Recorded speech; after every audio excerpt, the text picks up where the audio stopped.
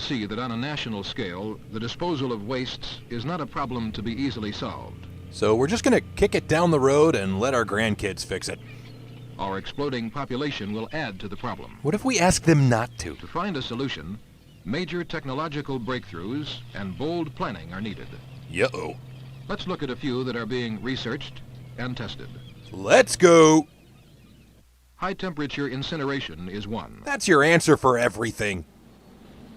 In a furnace burning in excess of 3,000 degrees, all trash, including metals, glass, and plastics, is either vaporized or reduced to a molten slag, which is less than 2% of the volume of the original wastes. The toxic fumes are neither here nor there. A water bath breaks up the slag into small lava-like fragments, which may have many useful applications.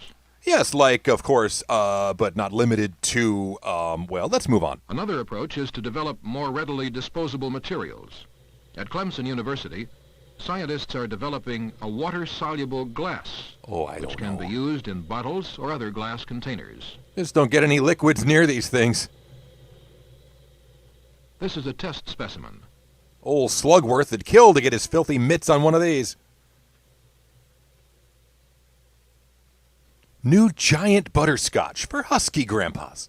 Before this silicate material can be used for containers, it must be given a thin, impervious coating, which protects it from water vapor and corrosion from its packaged contents. I don't know about this one, guys.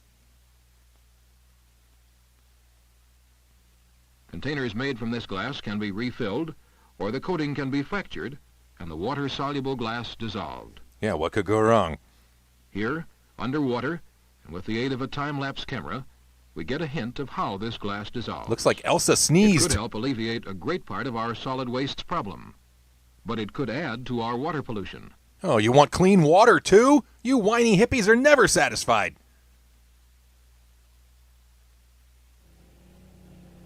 There is a growing awareness of the need and the potential benefit of reclaiming and recycling solid wastes. Yes, I have also noticed that. Solid wastes can be looked upon as resources out of place. One man's trash is another man's, also trash? Therefore, the United States Bureau of Mines is experimenting with incinerator wastes that contain greater concentrations of metals than many ores. Deposited here in the world's largest bingo cage.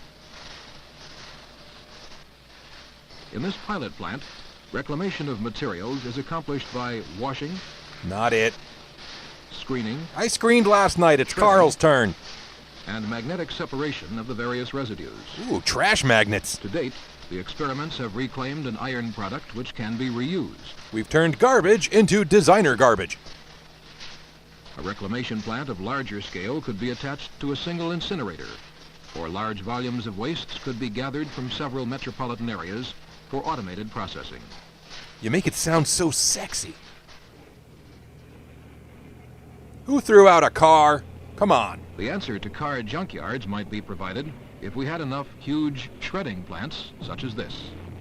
I just keep my old cars and use them as planters. Some shredders are able to rip automobile bodies and frames into pieces of reusable metal at a rate of 120 cars an hour. Crunch all you want, we'll make more. It is estimated that $7 million in silver and gold could be recovered from solid wastes each year. But it's too icky and we refuse to touch it, These sorry. valuable metals are found in photographic refuse, solder, plated, and other materials. So Morbius could make its money back. This slag from photographic wastes, when cooled, shows evidence of silver. And creamy nougat. Ugh. After further refining, pure silver is recovered. Sweet. In the future, our industries may find it beneficial to reclaim many of the materials currently considered wastes. Or, not. Whatever.